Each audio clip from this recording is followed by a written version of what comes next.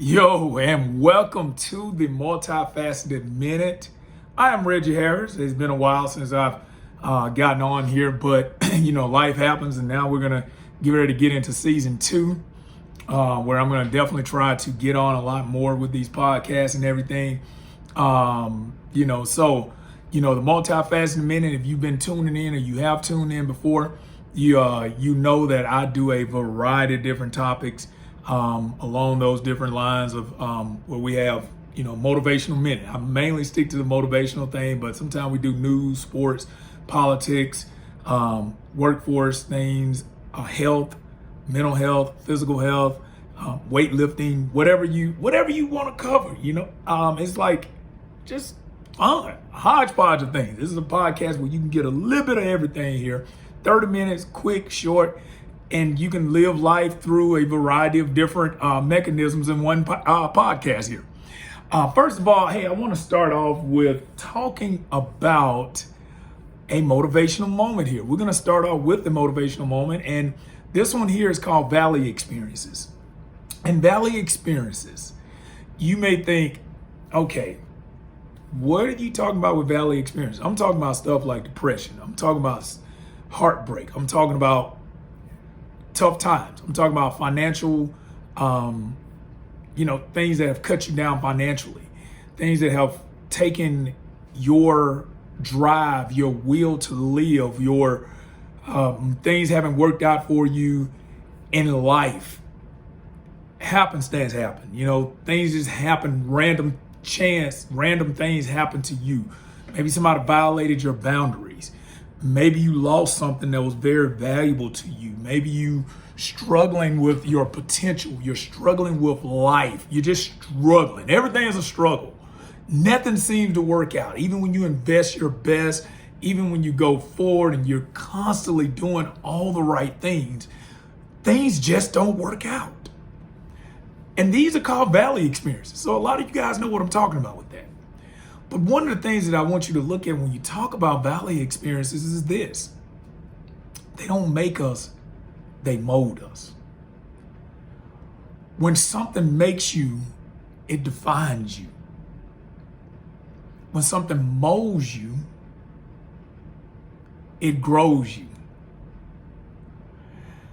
It creates a growth pattern when it molds you. It creates opportunities for growth, first of all, but then you can take those opportunities and allow them to be molded into where you need to be. The character, the heart, the emotional intelligence, the mental fortitude, the motivation, the drive. Are you going to use those valley experiences? Because you have to ask yourself, once you feel your feelings, because here's the thing, valley experiences are hard. You're going to cry. You're going to lay in your bed feeling unmotivated. You're going to reach out to people, and sometimes people will reject you.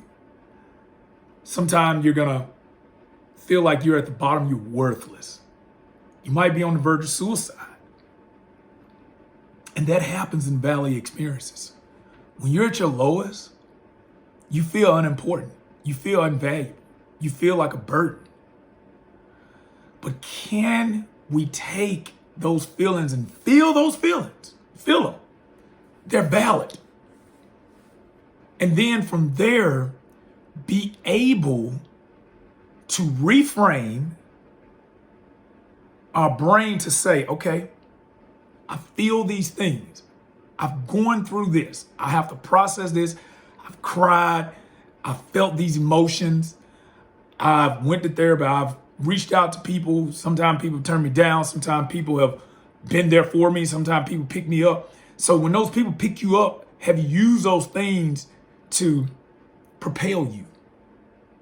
To ask yourself, what can I learn? So here's a couple of tips right here. Okay. Number one, feel the emotions. Then number two, you got to write down and ask yourself questions. Okay? The first question is, how can I use this for a positive reinforcement? number two, what can I learn from this? See, 1 and 2 kind of go together. You know, they kind of go together with that. Number 3, the next question to ask yourself: can I build from this? And what I mean building from this is you're going to take these circumstances, you're going to take these things and say, okay, do I need to build in another direction? Do I need to keep building where I'm at? Or do I need to start all the way back over and build? That's what you got to ask yourself. And you can find those answers. Sometimes those answers come just like that. Sometimes they come later. Another thing to ask yourself is, how did I get myself into this? What could I have done to not be in this valley? Now, 50% of the time, it may not be anything you could have done to prevent it. It may not be anything that you could have done to change that. It just happened. You was going hard at a situation, going hard at something, and then the extenuating factor, the persons or the thing or whatever just didn't work out. Maybe like you went hard at a business and the business didn't work out, and now you in a valley. That didn't have nothing to do with how hard you went. That just happened to do with life. So now, on that other 50% right there, when things just happen because of life, that's when you got to go back to those first few questions. What is life actually trying to teach me here? What direction do I need to go? Do I need to vector towards somewhere else?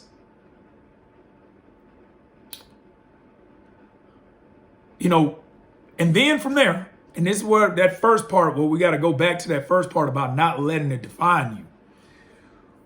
We have to develop and continue to tell ourselves, whether it's through encouragement, listening to podcasts, listening to motivational speaking, whether it's through writing notes on your wall, looking at positive reinforcements. That's one thing I used to love about athletic facilities, and as a former coach myself, one of the things that I always did was I always wanted to put positive reinforcements in every speech, at every practice, every day. I always wanted to say things like that. I always wanted to continue to reinforce what I wanted my players to have in their mindsets. You have to do that with yourself. You have to talk to yourself sometime. I get up every morning from Monday through Thursday at 4:25 a.m. Do I want to do that every morning? No. But what I tell myself, there's no compromise, Reggie. You're doing this for you.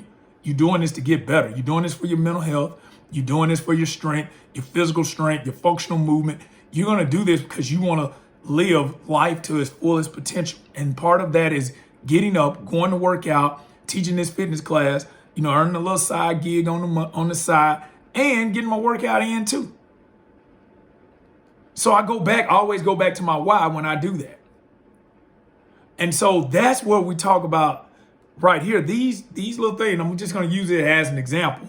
Because a lot of times, for my people that don't like early mornings, you would look at getting up early morning before everybody else at the butt crack of dawn as something like, I'm not going to do that. That is horrible. That right there is, that's a valley experience for you. But, if that's the only time you have to get up and invest in yourself, you might need to do that. You might have to experience the valley experience through circumstance because you have your day full, maybe with kids and life and stuff like that. So you may have to go through those little mini valleys. This is giving you an example of like a mini valley in your mind. It's really not even a big valley, but it's just something that, I can jokingly say that's a valley experience for some people that hate mornings. And so you get up, you have to motivate yourself, you got to talk yourself through it, and you got to start moving in the right direction to get that stuff done. When I'm walking to the bathroom, brushing my teeth, washing my face, mumbling and complaining, but also motivating myself too. So I get my anger out. I get that out, I express myself. But I also continue to motivate myself and continue to say positive things and continue to build myself up as I'm doing it. Then I go get my coffee. I go put my mushrooms in my coffee, my functional mushrooms, my cacao powder, and my honey and my cinnamon. And I'm sipping on my coffee because that's mentally euphoric for me. And I'm like, all right, I'm getting this. This is going to be a good day. Let me go in here with a positive attitude and get ready to change some lives and change my own life at the same time. You know, that's the way we got to approach our valley situations too. You know, that depression. As you're working your way out of the depression, you got to say, hey, you know what? Guess what? I'm going to get through this. I'm going to be stronger. I'm going to be better. Once my electrical currents in my brain catch up where they're supposed to be at, I'm going to be better after this. I'm going to be able to help somebody else get through this. I'm going to be able to use this as motivation to accomplish my next goal. I'm going to use this as motivation to overcome my next obstacle. Yes, right now this obstacle is not fun, and it seems like it is continue to rain. I haven't seen the sun in a long doggone time. But when the sun gets here, I'm going to be more appreciative of it. Maybe I'm questioning myself, why? Why is everybody else succeeding and I'm not? You know what? Maybe I'm going to be more grateful when I'm actually succeeding. Maybe I'm going to have empathy on somebody else, you know, when I finally get to the mountaintop experience. Maybe I'm going to be able to recognize good people in my life when maybe I wasn't going to be able to recognize good people in my life if everything was continuing going to be good in my life. So you got to continue to feed yourself those positive reinforcements. Write them down, see them on the wall, listening to positive people, get around positive people. Maybe you have to drop ticks off your life. And what I mean is parasites, people that are pulling away from you, people that make you feel inferior.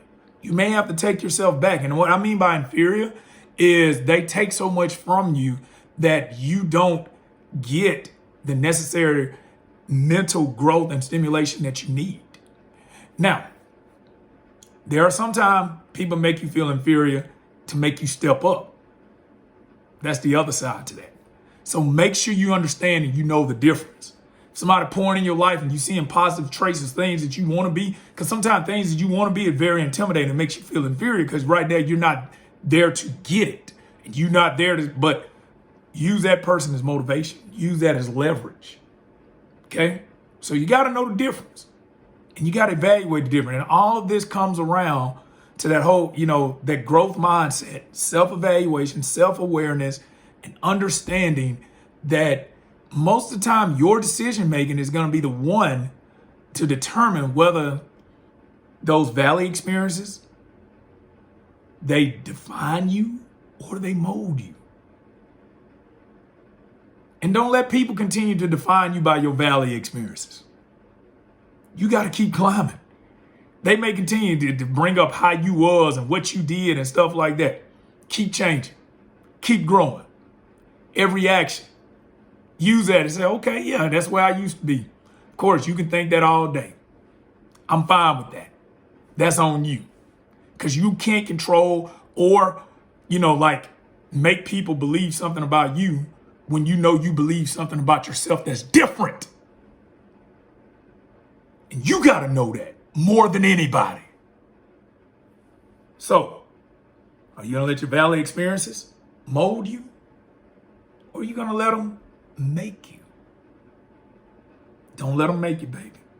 Let them mold you. Next thing I want to talk about, too, is the mindset of how fandom distorts reality. So that you may say, well, Reggie, what do you mean by that? And this is one of my, like what I call my multifaceted topics right here. This fandom thing can go into politics, athletics, life, a variety of different things. Because we see this a lot in life, even with our own family members, sometimes with our own friends, sometimes people that we admire. And it will distort a reality. And what I mean by that is you can admire something. You can admire yourself, even yourself. This is how narcissists are created. They're so infatuated with their self, their thoughts, how they process things, that they have a distorted reality of reality. You know, this is where it goes back to self-reflection and how important self-awareness and self-reflection is. So I'll give you an example. Okay, Reggie, I'm gonna use myself as an example. I have a big personality. I'm loud, I'm gregarious, all of these things. And I've had people tell me in some spaces that I walked in that I've been too loud, I'm too big and stuff like that. And you know what I've done? I've been able to make adjustments from that. I could have been a narcissist butthole and said, you know what? I'm me. This is who I am. And there are times where I've done that. But there are also times where, because I also recognize I can look at the emotions and look at their, where they're coming from. Because sometimes people want to dim your light in order to make theirs brighter, or they allow their insecurities to come out on you because you're something that they want to be, or they don't understand differences and they want to, they don't want to accept differences because they can come from a narcissistic standpoint. But that's where you got to be emotionally intelligent to understand it too. So when you have to take a look at totalities of situations. And that comes from being self-aware, but also outwardly aware of your surroundings and who you're dealing with. And so, when I've had loved ones or people that I trust or people that I know they don't have anything to gain from giving me constructive criticism, I've taken that constructive criticism and I've learned when to be that person. Now, have I changed? No. I just know when to tone it down, when to raise it up. And so you have to look at things like that. Now, a lot of times, as my mama would always say this, she said, friends disagree and fools fall out. And she would always tell us as a family, she said, you're a damn fool if you think that we supposed to always agree and we supposed to always do what the other one want them to do. We're all different. And you are a fool to fall out with a person because they different than you, or they see things differently than you, or they're doing something different that you don't want them to do. And she would always say the filter is what they're doing, is it hurting you or is it hurting other people? And if it's not, you got to let people live the life that they want to live, or have the thought that they, have the thought that they want to have. And this is what I summarize with a lot of controversial issues. I tell people just like this, I said, does this person's decision making affect you, or does it affect other people? But if it affects them and their little immediate circle, and their immediate circle is okay with it, you should be cool with it. You just don't do it. You ain't got to do it, or you ain't got to believe that way, or you ain't got to do this. But going back to that, and taking this to the whole fandom thing, how it distorts reality. We'll see this with political people. We'll see this with athletes, where people will make excuses for people that doing something that they wouldn't even allow themselves to do, or they wouldn't even allow their family members to do. This is why sometimes you have conflict within families, because you will make excuses for somebody else doing wrong and talk about that in front of the family. And your kid is sitting there listening to this, but then you got nerves enough to get on your kid for doing the same thing the person you admire doing. This is why kids grow up confused. They're wondering why you make an excuse for a narcissist prick, but then as soon as they complain about, well, my life and I want to do what I want to do, you're trying to control them. You're trying to say, well, I need you to do this and you're going to do this. And they looking at you like, but this person does this, this, and this, and they affect thousands and thousands of people, and they put out toxic information. They do this and they do that, and you're making an excuse for them. It's kind of like making an excuse for somebody doing something, like putting somebody on blast on social media when they could have went to that person face to face and talked to them face to face about the problems that they had. But you're on there liking it and loving it and saying, well, they need to do that and they need to do it. But then if your child do it or somebody close to you do it, you're now like, well, you shouldn't have did that. You should have came to them person. You should, wait, no. What has happened is fandom has made you distort reality. Or it's okay for this person to mistreat a group of people that they disagree with, or talk negative and dehumanize them, and you make excuses for that. But as soon as your kid or somebody close to you dehumanize you for having a different viewpoint, then you're upset, you're hurt. but you've made excuses for somebody else doing it for somebody else. Fandom is a horrible drug. And a lot of you guys can probably think of situations, because I've been there too, where I've made excuses for things, for people, and even for myself, because I was awestruck at myself and my thoughts and who I was or what I thought, or other people. And then when the shoe's on the other foot, or you looking at it from an outside perspective, then, oh, you're a walking contradiction. That has a lot of an effect on our mental health. Not saying that everything is going to be black and white. I'm a big gray area person. Huge in the gray area in a lot of situations, because everything is circumstantial, I feel. Maybe you don't believe in that, and that's okay. I'm okay with you believing that everything is not circumstantial, but I do believe that certain things are circumstantial, and that, you make decisions according to those, that circumstance. But also I do believe that there are certain consistent moves that people should make when it comes down to certain situations. And what I mean by that is that where it comes from a standpoint of fairness, justice, and doing things the right way because it's the right way of doing it. And also to putting yourself in a situation. And I'll give you an example of this. Imagine if you're a supervisor and you got an employee that's kind of disgruntled. They blast you on social media, but you're in charge now, and you had an open door policy. They could have came to you and talked to you about it, and they blast you on social media. Then you have to have a talk with them and dismiss them. Because probably that's what you're going to do. But then you go out and you support somebody else for blasting somebody else on social media. That kind of doesn't make any sense right there. Because they probably could have did the exact same thing.